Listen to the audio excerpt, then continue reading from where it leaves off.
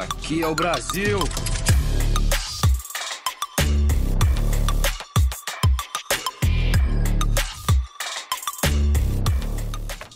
Eu sou o Homem de Ferro.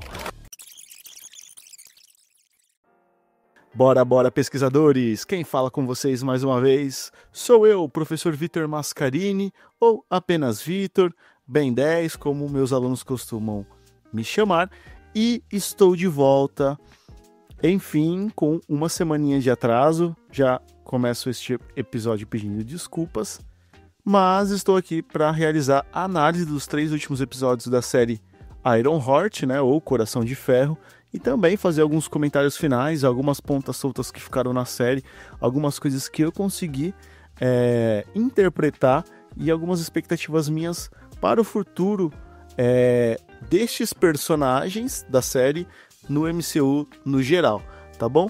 Antes de eu começar, né, como de lei, peço para que vocês sigam o História Sem Crise em todas as redes sociais. Estamos no Instagram, no TikTok, temos nosso canal no YouTube, então todo episódio que sai aqui também sai lá no YouTube, tá bom?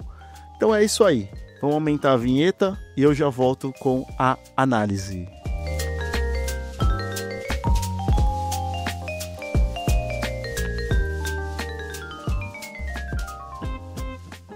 Bom, pessoal, então como eu falei no começo, a gente teve os episódios 4, 5 e 6 da série Coração de Ferro. Então a Marvel soltou 3 episódios iniciais e depois na semana passada os 3 últimos episódios, tá?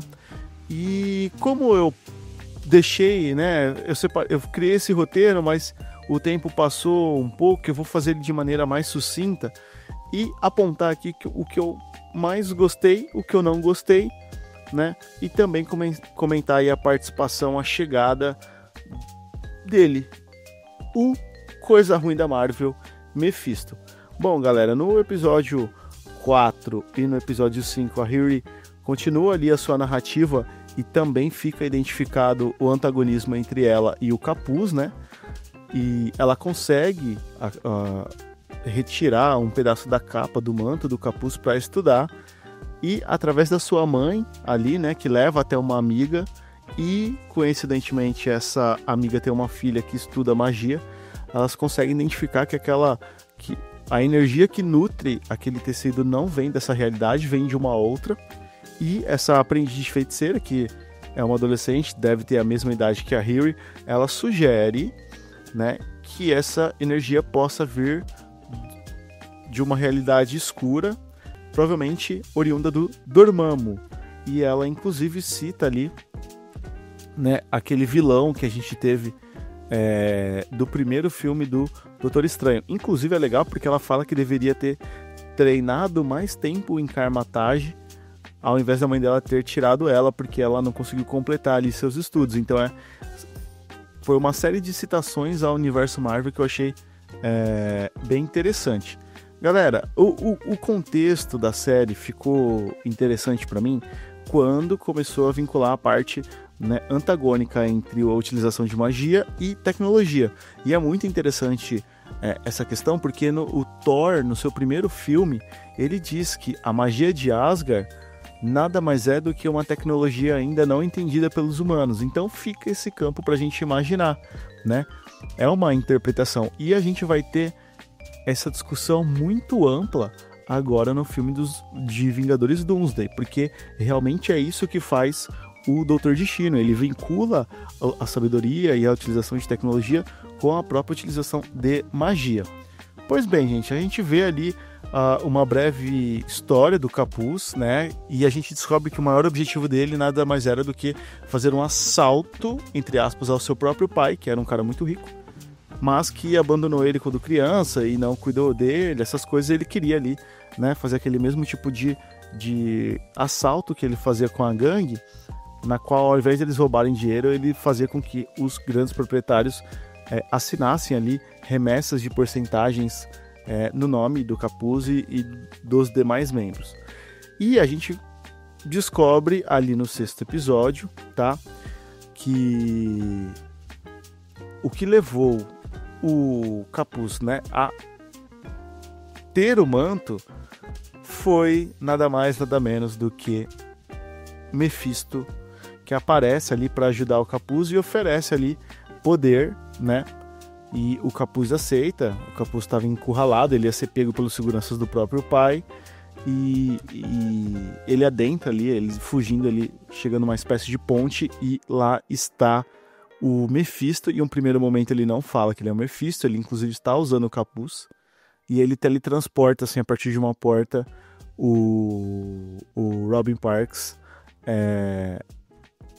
para uma espécie de restaurante, mas a gente sabe que ali poderia ser uma outra dimensão ali só de bolso, só para demonstrar o poder do Mephisto.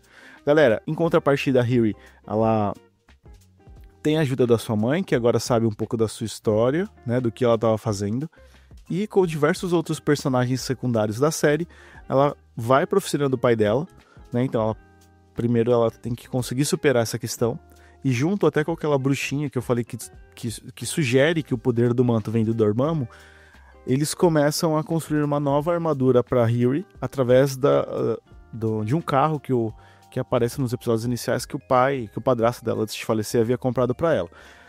Claro, né, fica a crítica aqui, eu vi alguns outros youtubers comentando, né, nossa, como de um carro consegue fazer uma armadura a nível Tony Stark. Eu confesso que aí é você se apegar demais. Como a gente está analisando uma série e essa série não é real, então eu acredito que essas coisas, para mim, são irrelevantes. O mais legal é ver a armadura sendo criada. Acho que às vezes o pessoal se pega em pontos que, tipo, nem a Marvel se importa. Tipo, ficar debatendo como de um carro velho deu para utilizar o metal para construir uma armadura. Eu acho que isso nem é o importante. Enfim, gente, o fato é que a Riri constrói essa armadura, e tem uma outra coisa interessante também, que o filho do Obadiah Stane, né, que usa o nome John, ele é resgatado pelo bando do Capuz, e ele ali recebe uma missão de matar a Riri em troca de um upgrade, né, então ele recebe alguns implantes assim, cibernéticos, na qual o Capuz utiliza os próprios equipamentos do John, tá? E ele acaba enfrentando a Riri, né? Ele tem poderes elétricos, assim, meio de cyborg. A Riri, né? É a partir daí que ela tem a ideia de construir uma nova armadura. Depois ela acaba enfrentando ele, mas fica claro que ele não é um vilão, que ele não é uma pessoa ruim. E a Riri também acaba enfrentando o Capuz, assim, e dá pra perceber que ele tá um pouco demoníaco. Mas o que eu quero chegar, né, pra gente terminar essa análise da série, é realmente o encontro final, que é o encontro da Riri com o Mephisto, na qual ela questiona ele fala que ele pode dar poderes inalcançáveis para ela, a mente mais brilhante dessa geração. Então ele nem cita Tony Stark, ele cita a Riri. Ela, né, depois de ouvir ele, ela até fala assim, tudo bem, Dormammu. E aí é muito legal, porque ele começa a dar risada, ele desdenha do Dormammu, diz que o Dormammu não serve nem para limpar a sola dos sapatos dele, e que ela poderia chamar, né? Ele até fala, olha, ao longo de muitos anos eu tive muitos nomes, fechei acordo com 13 reis, 4 papas, 1 Beatle, isso foi muito legal também, né? No caso ele fala que é o Ringo, e que pra ela, como ele gosta dela, ele vai poder falar o nome dele de verdade, que é Mephisto. E nessa hora, ele tá mexendo um copinho de café, e o reflexo da colher, a gente consegue enxergar ele na sua forma original, né? Todo vermelho, olhos brancos e tudo mais. E no final da série, gente, é o que parece, a Riri, de fato, ela aceita um acordo com o Mephisto, porque ela vê que aquela amiga dela, que era uma IA, ela volta, né, em carne e osso. Então o Mephisto trouxe a amiga dele de volta, e de fato ele tem esse poder. E ela, ao abraçar a amiga, a gente consegue ver, né, as veias negras tomando conta do braço dela, igual aconteceu com o Capuz. E aí existe uma cena pós-crédito, né, é o próprio Capuz indo visitar a menina, né, aquela aprendiz de feiticeira que me foge o nome aqui, perguntando se ela poderia ajudar ele. Só que assim, ele já sabia o que ela fazia e ela sacou isso. E aí fica aberto, né? Então assim, pessoal, eu gostei bastante da série. Acho que a série poderia ter saído muito tempo antes. A gente sabe que ela foi impactada pela crise dos roteiristas e tudo mais. Acho que a Marvel, soltando da forma como ela soltou, ficou um pouco claro que a Marvel queria se desfazer logo da série. Mas eu gostei muito. A Riri acaba utilizando, né, uma mistura de magia com tecnologia na sua armadura. Isso deixa ela apta a fazer parte de vários projetos, como Os Filhos da Meia-Noite ou Os Jovens Vingadores, enfim. E fica muito em aberto. E assim, o Mephisto, né, que foi interpretado brilhantemente pelo Sacha Baron Cohen, um ator que fez um filme de comédia muito legal chamado Borá. A gente sabe que ele vai aparecer em muitas obras da Marvel, até porque ele é um dos seres mais importantes, assim, os vilões mais importantes das HQs. Ele tem muitos acordos feitos com alguns heróis, inclusive o Homem-Aranha, né? Então, assim, eu gostei bastante. Acho que o pessoal critica mais por modismo, gera like, você falar mal. Todo mundo tá falando mal da Marvel, então vamos falar mal. É mais fácil, é mais cômodo, é mais confortável. Mas eu gostei sim. Não acho que seja uma das melhores séries da Marvel, assim, mas também não acho ela extremamente ruim. Acho que ela tá no padrão e assim, e deixou bastante gancho pro final. Eu gosto disso. Eu acho que como a Marvel tem um universo compartilhado, fazer algumas séries que não vão levar a nada foi o que pra mim culminou nessa má visão que hoje algumas pessoas têm da própria Marvel. Tá? Então a gente teve a aparição do Mephisto, uma nova armadura que mistura magia com tecnologia da Riri, o próprio aparecimento do filho do Obadiah Stane, tá bom? Então, pessoal, minha análise é essa, tá?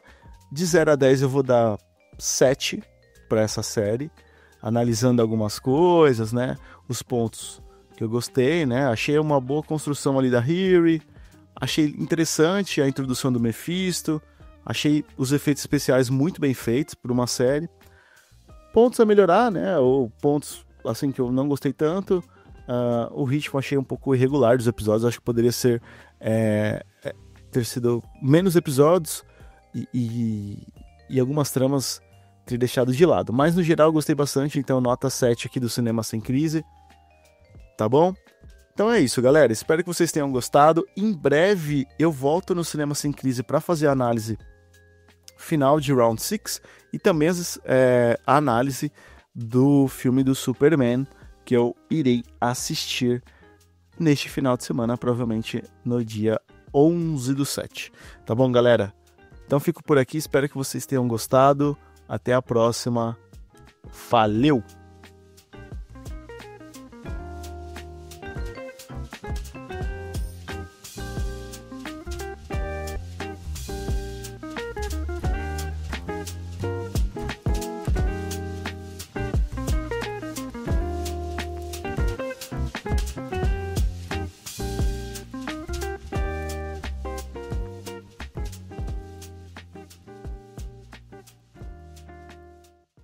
Eu entendi a referência.